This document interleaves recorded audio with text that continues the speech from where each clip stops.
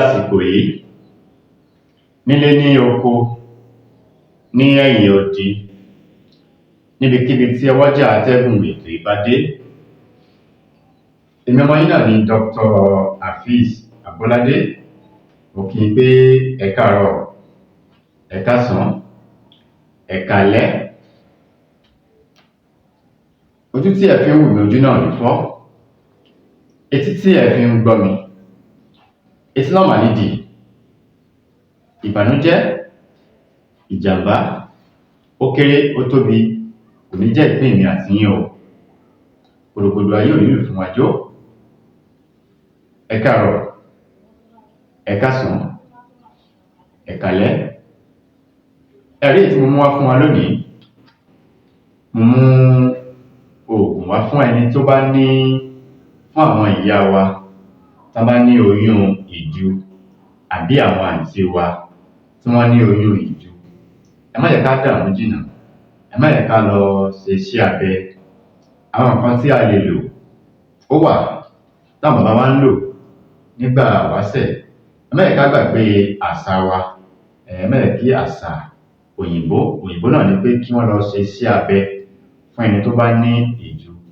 Nígbà bàbá wa ń lò ó wà, ẹ jẹ́ káwa náà túlé, ẹ jẹ́ ká túlé, ẹ jẹ́ ká ronú ìwé mímọ́ táwọn bàbá wa náà ń lò nígbà wáṣẹ̀. Pé bí Ọlọ́run ṣe jogún Báíbù fún àwọn Kìrìsìtẹ́nì, tó jogún Al-Quran fún àwọn Mùsùlùmí, Ọlọ́run wá jogún ìwé mímọ́ kan náà fún àwọn bàbá wa. Kí ni ìwé mímọ́ náà? Ìwé bí a ṣe ń lo ewé àti egbò tí a fi ń ṣe ìtọ́jú ara wa. Inú ìwé mímọ́ náà mo ti wá mú wá lénìí láti ṣètọ́jú àwọn tó bá ní àìsàn tí a mọ̀ sí oyún ìju. Àrùn ni, kì í ṣe àìsàn, àrùn. Ẹni tó bá ní, ọ̀tọ̀ ní àrùn, ọ̀tọ̀ ní àìsàn. Ẹni tó bá ní oyún ìju, àrùn. Bá a ṣe ń tọ́jú àrùn oyún ìju, òun náà ni mo mú wá fún wa lónìí. Ẹ dákun má gbàgbé láti bá mi subscribe sórí ìkànnì yìí, bá mi share program yìí, ẹ bá mi like, kí ẹ comment. Kí ni nǹkan tí a máa wá? Kí ni nǹkan tí a máa ṣe tí a fi lè tọ́jú oyún ìju? Òun náà ló fẹ́ sọ̀rọ̀ pa ẹ̀ fún wa ní èdè yìí. Ojú tí ẹ fi ń wò mí, báwo ni a ṣe ń tọ́jú ẹ̀? Òun náà ni mo mú wá fún wa lónìí. Bá mi lọ wá èso òroǹbó tá a mọ̀ sí ọsàn wẹ́wẹ́. Ẹ bá mi wá ọsàn wẹ́wẹ́ tí ó ti pọ́n dáadáa tó gbó, àti èso láà àti olú ìju. Bá dọ́dọ̀ àwọn lẹ́kúlẹ́jà, ẹ sọ pé ẹ fẹ́ ra olú ìju àti tábà, ewé tábà pẹ̀lú kànbílálà àti kànbílálà. Bá mi kó gbogbo àwọn ewé yìí, oyún ìju, olú ìju, ewé tábà àti òroǹbó pẹ̀lú èso láà, ẹ kó sínú apẹ ìjóògùn. Láti kó sínú apẹ ìjóògùn, ẹ jẹ́ kí a jó. Tá bá ti jó, ẹ jẹ́ kí a lọ̀ kúnná. Bá ti wá lọ̀ kúnná dáadáa, àwọn fi fọ́ ẹ̀kọ mu ni o. A ó bu díẹ̀ sínú àdíẹ̀ yẹn, àwọn fi fọ́ ẹ̀kọ mu ni láàárọ̀ kùtùkùtù. Èyí tí a dà sínú àdíẹ̀ yẹn sí bí ọmọdé ẹyọ̀kan ní alẹ́, èyí tí a jó tí a lọ̀ yìí, àwọn fi fọ́ ẹ̀kọ mu ni. A pín oògùn yìí, ẹ jẹ́ ká pín sí méjì, ẹ ká fi ìdá kan ká dà sínú àdíẹ̀ yẹn, ìdá kejì ẹ ká máa fi fọ́ ẹ̀kọ mu ni. Ní àárọ̀ tó bá ti di alẹ́, ìtàdà sínú àdíẹ̀ yẹn, a máa fi síbí ẹyọ̀kan. Òun náà ni a máa mu ní alẹ́. Bí ó ṣe jẹ́ nìyẹn. Ẹ dákun má gbàgbé láti bá mi subscribe sórí ìkànnì yìí, bá mi share program yìí, bá mi like, kí ẹ comment.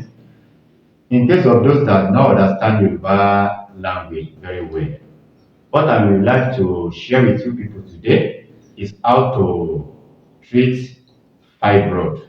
What you look for, go and look for lime orange, lime orange, and la seed. I will show you the seed, la seed.